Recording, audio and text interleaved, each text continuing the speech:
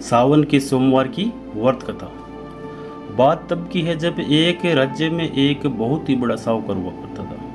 उसके पास किसी भी चीज़ की कमी नहीं थी, ना ही उसके पास धन की कमी थी और ना ही उसके पास यश की कमी थी। इतना ही नहीं, वह शिव जी का सबसे बड़ा भक्त था। शायद ही उससे बड़ा कोई भक्त उस नगर में कोई और होगा। उसका व्यापार दूर दूर तक फैला हुआ था। पैसों के मामले में उसे किसी भी चीज़ की तकलीफ नहीं थी। उसे बस कमी थी तो सिर्फ एक चीज़ की, वह है कि संतान की। उसे सिर्फ इसी बात का हमेशा दुख रहता था कि वह निसंतान है, उसका कोई पुत्र नहीं है। क्योंकि वह शिव जी का भक्त था तो वह इसी कामना में कि उसे पुत्र की प्राप्ति हो जाए रोज शिव जी के मंदिर जाकर दीपक जलाया करता था। इतना ही नहीं, सावन के महीने में सावन सोमवार का व्रत और सावन सोमवार व्रत कथा का पाठ भी किया करता था। शिव जी और पार्वती जी दोनों ही ऊपर से साहूकार को देख रहे थे। साहूकार की हालत पार्वती जी से देखी नहीं गई और उन्होंने शिव जी से कहा कि हे प्रभु, यह साहूकार आपका कितना बड़ा भक्त है।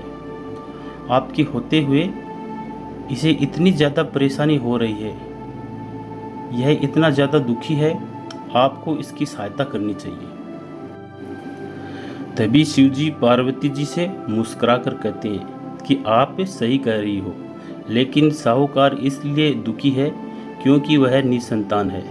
तो इस बात पर पार्वती जी शिव जी से कहती है, तो अगर वह निसंतान है तो आप उससे पुत्र प्राप्ति का वरदान क्यों नहीं दे देते?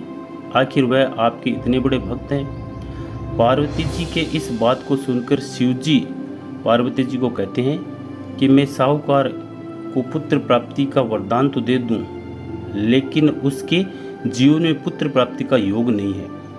अगर मैं यह वरदान दे देता हूं तो उसका पुत्र सिर्फ 16 वर्ष तक ही जीवित रहेगा, उसके बाद उसकी मृत्यु हो जाएगी। शिव जी के ऐसा कहने के बाद भी पार्वती जी नहीं मानती है और शिव जी से आग्रह करती है कि कृपया करके आप साहूकार को पुत्र प्राप्ति का वरदान दे दें।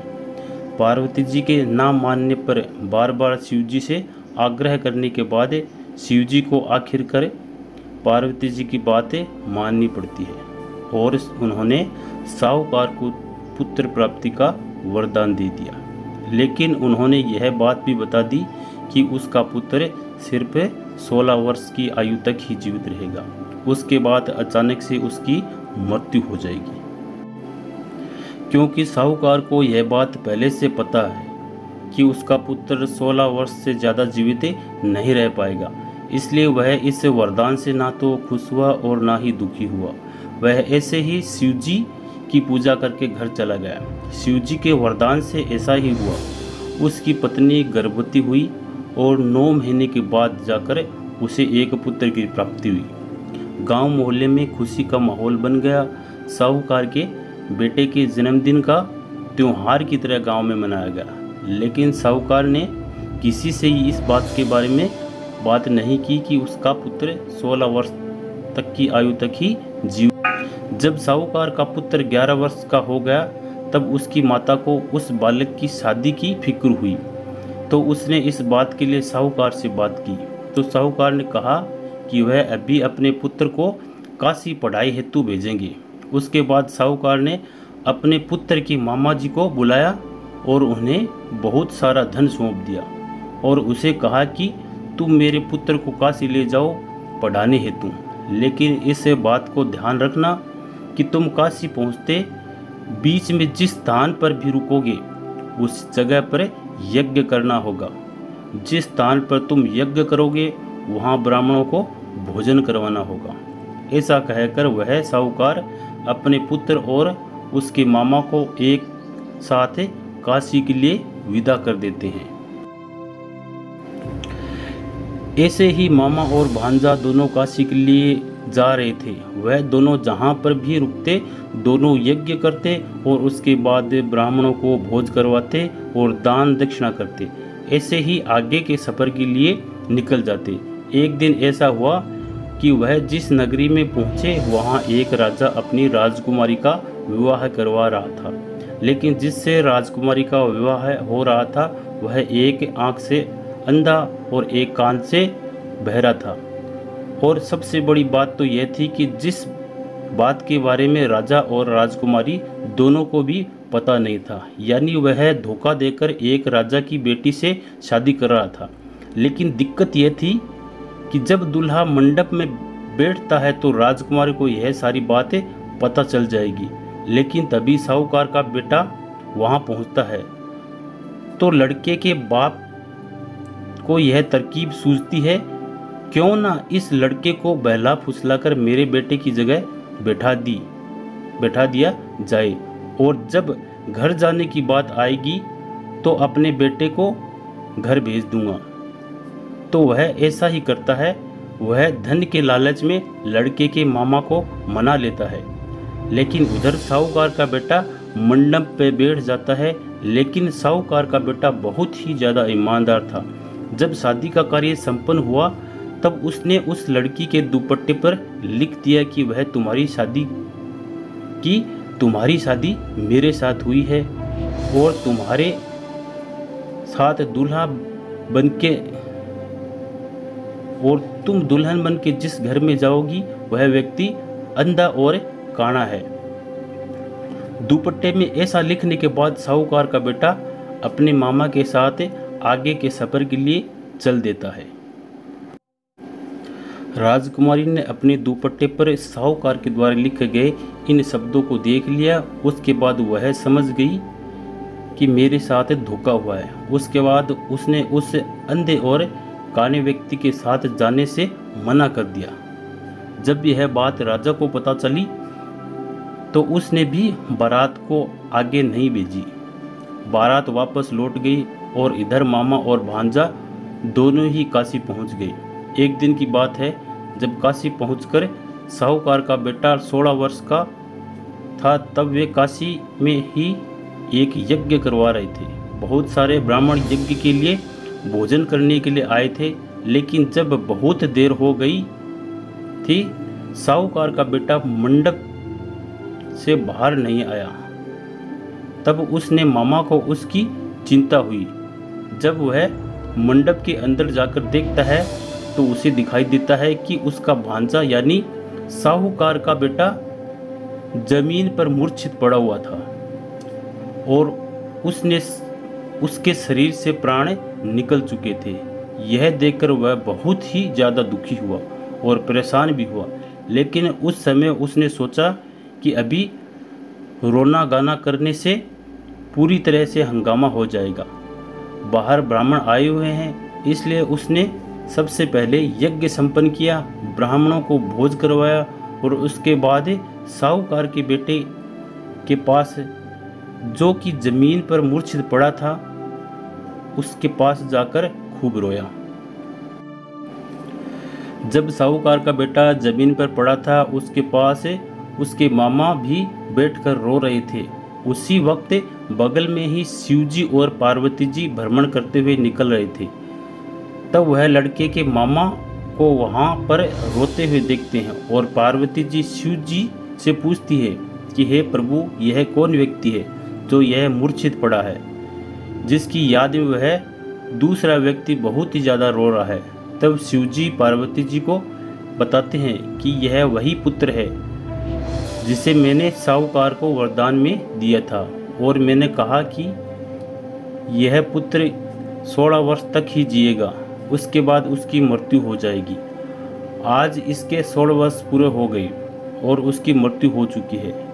यह सुनकर और जानकर पार्वती जी शिव जी को कहती है कि हे मेरे प्राणनाथ, देखिए यह पुत्र कैसे जमीन पर प्राण रहित पड़ा हुआ है। मुझसे इसकी और उसके माता पिता की हालतें देखी नहीं जा रही है। अगर आप कुछ नहीं करेंगे तो रोते रोते इनके माता पिता के भी प्राण निकल जाएंगे। जिसके बाद शिवजी कहते हैं कि मैंने उससे 16 वर्ष के जीवन काल का वरदान दिया था, उसकी आयु पूरी हो चुकी है, अब मैं कुछ नहीं कर सकता। उसके बाद पार्वती जी बहुत ही ज़्यादा आग्रह करती है, कृपया करके उसे जीवित कर दीजिए। उसके बाद शिव जी पार्वती जी की बात मान लेते हैं और उस पुत्र को फिर से जीवित कर देते हैं। उसके बाद वह अचानक से शिव जी का नाम लेकर उठ जाता है। वह देखकर उसके मामा पूरी तरह से हैरान और खुश हो जाते हैं। ऐसे ही खुशी खुशी साहूकार के बेटे ने काशी में रहकर अपनी शिक्षा पूर्ण की। शिक्षा पूरी करने के बाद जब वह वापस अपने नगर आने के लिए लौट रहे थे तो वह फिर से उस नगर में जहाँ की राजकुमारी के साथ उसका विवाह हुआ था, वहाँ उन्होंने यज्ञ का आयोजन किया।